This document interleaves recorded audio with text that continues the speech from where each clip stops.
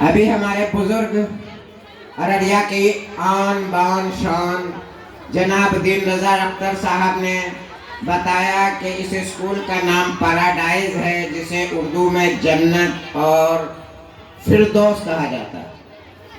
ایک اور نام ہوتا ہے بہشت۔ تو پرویز صاحب، اس حوالے سے میں ایک شعر آپ کی خدمت میں عرض کروں گا۔ بنے گی بہشت اس سے دنیا تمہاری، نام آپ نے بہشت رکھا ہے، انشاءاللہ تعالی یہ دنیا، یہ فکر آپ کو بنے گی بہشت اس سے دنیا تمہاری، یہ پودے نہیں خواب بوئے ہیں تم۔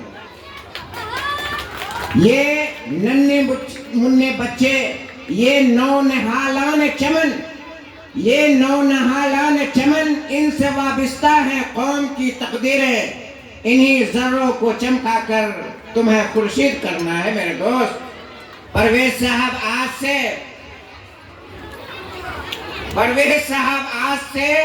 30-35 برس پہلے فضل آباد 0 مائل، ایک جانب میں، دوسرے جانب منور نگر، دوسری جانب آپ پیپلز کالجیٹ اسکول میں پڑھاتے تھے اور میں ملیہ کالجیٹ اسکول چلاتا تھا۔ بظاہر حریف تھے ہم لوگ، لیکن بہت ہی قریب تھے، اور وہ قربت ابھی تک برقرار ہے۔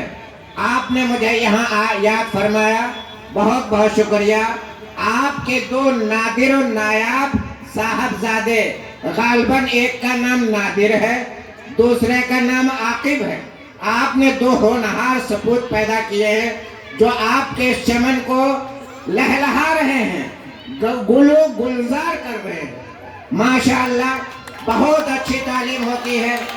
میں بارہا ادھر سے گزرتا ہوں، کبھی شام کے جانب میں اپنی اسکوٹی کو ان کے ہاسٹل کے جانب بغیر تکلف داخل کر دیتا ہوں، دیکھتا ہوں کہ بچے کوئی قرآن شریف پڑھ رہے ہیں، کوئی دعائیں یاد کر رہے ہیں، کوئی انگریزی کے میننگز یاد کر رہے ہیں، کوئی فریزز یاد کر رہے ہیں، کوئی میتھمیٹکس کے فارمولے یاد کر رہے ہیں، کوئی سائنس کے کوٹیشنز یاد کرتے ہیں۔ گویا یہ حسین امتزاج دین و دنیا کی تعلیم کا پرویز صاحب کے نگرانی میں پنپ رہا ہے۔ واقعی یہ پودے، یہ خواب انشاءاللہ تعالی آپ کو دنیا میں بھی بہشت کا نظارہ کرائے گا اور آخرت میں بھی بہشت آپ کے مقدر ہوگی انشاءاللہ تعالی۔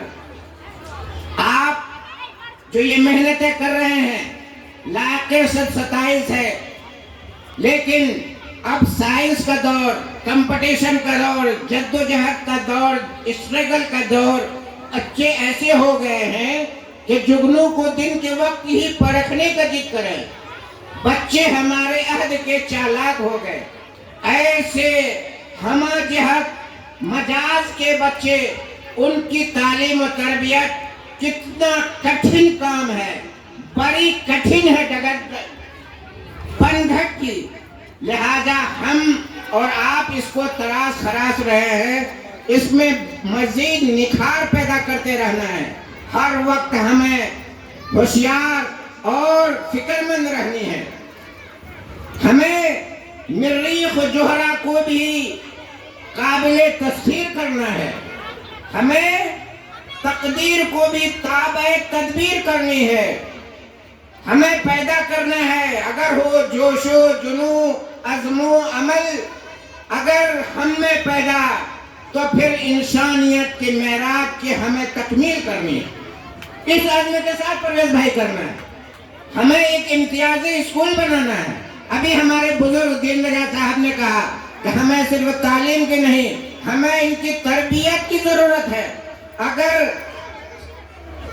60% ہم تعلیم دے رہے ہیں تو کم سے کم 40% ان کے تربیت پہ بھی دھیان کرنا ہے۔ ان کے صبح کیسے گزرتے ہیں، ان کی شام کیسے گزرتی ہے، ان کے دن کے اوقات کیسے گزرتے ہیں، ان کے ہر لمحے ہر پل کیسے گزرتے ہیں۔ آیا یہ ہمارے استاد کی ڈر سے تعلیم حاصل کر رہے ہیں، استاد کے ڈر سے سلام کر رہے ہیں، استاد کے ڈر سے اخلاق کا مظاہرہ کر رہے ہیں، یا واقعی ان کے دلوں کے اندر یہ جذبے پیدا ہو رہے ہیں؟ یہ اندر کا پاور آف نالج ان کو کو پیدا کرنا ہے، آپ پاور آف بھرچیٹی پیدا کرنی ہے، اس بات کی فکر ہمیں کرنی ہے۔ اور یہ بچیاں، یہ پھول ہیں صحرا میں یا قطار در قطار پریاں، یہ پھول ہیں صحرا میں یا قطار در قطار پریاں، اودے اودے نیلے نیلے پیلے پیلے پیرا۔ کتنی خوبصورت مخلوق اللہ تعالیٰ نے بنائی۔ اصلاح قوم کی اگر مقصود ہو تمہیں، اصلاح قوم کی اگر مقصود ہو تمہیں، بیٹوں سے پہلے بیٹیوں کو تعلیم دیجیے۔ اور ماشاءاللہ بیٹیوں کے تعلیم کے طلب راغب ہو رہے ہیں۔ ایک مرد پڑھتا ہے تو ایک فرد پڑھتا ہے، لیکن ایک لڑکی پڑھتی ہے تو ایک خاندان پڑھتا ہے۔ ایک لڑکی کے زیر ماتحت سب سے پہلے وہ والدین کی آغوش میں ہوتے ہیں، اپنے باپ کے ہاتھوں میں ہوتے ہیں۔ کچھ دنوں کے بعد ان کی صحبت میں اس کا بھائی آتا ہے، کچھ دن کے بعد انہیں شوہر کی صحبت میں رہنی پڑتی ہے، پھر آپ کے زیر سائے، زیر آفت، آپ کے گود میں، آپ کے آنچل میں، آپ کے باہوں میں چند ننھے منھے بچے پرورش پاتے ہیں۔ اگر ہماری مائیں رابعہ بصری جیسا ہوں گی، اگر ہماری مائیں عائشہ صدیقہ رضی اللہ عنہا جیسی ہوں گی، اگر ہماری مائیں فاطمہ الزہرا جیسی ہوں گی، تو ہمارے بچے نیک خصلت کے مالک ہوں گے، ہمارے بچے مثالی ہوں گے، ہمارے بچے دنیا کے لیے کارآمد و مفید ہوں گے۔ اور اگر ہمارے خدا نخواستہ ہماری فکر، ہماری توجہ دنیاوی عیش و آرام کی طرف، دنیاوی آب و تاب اور ماہتاب کی طرف، چمکتے ستاروں کی طرف لگ جائے نظروں سے اگر ہم دیکھیں گے، تو پھر ہمارے بچے بھی ہمارے گود میں رہ کے دین سے نابلد ہو جائیں گے۔ دنیاوی عیش و عشرت، دنیاوی فکر، دنیاوی تجسس اس کے دلوں کے اندر پیدا ہوں گے۔ لہذا ہمیں ایسا بننا ہے کہ ہمارے گرد سرپرستی جو بچے ہیں اسے ہم قوم کی امانت سمجھ کے ان کا صحیح آراستگی اور پیراستگی کرنا ہے، ان کا صحیح نگہداشت کرنا ہے۔ انہیں سب سے پہلے صبح اٹھا کے السلام علیکم بولنے کی تلقین کرنی ہے۔ اگر وہ بڑا ہو گیا تو انہیں نماز کی طرف بھیجنے کی تلقین کرنی ہے، انہیں قرآن تلاوت پڑھنے کے لیے ان کو شوق دلانا ہے، پھر انہیں خوشی خوشی ناشتہ دے کے اسکول، مدارس و مکاتب روانہ کرنا ہے۔ یہ ہمارا حادثہ ہونا چاہیے، یہ ہماری ماں بہنوں کی سیوا ہونی چاہیے، یہ نہیں کہ خود بھی موبائل میں منہمک ہے اور ہمارے بچے بھی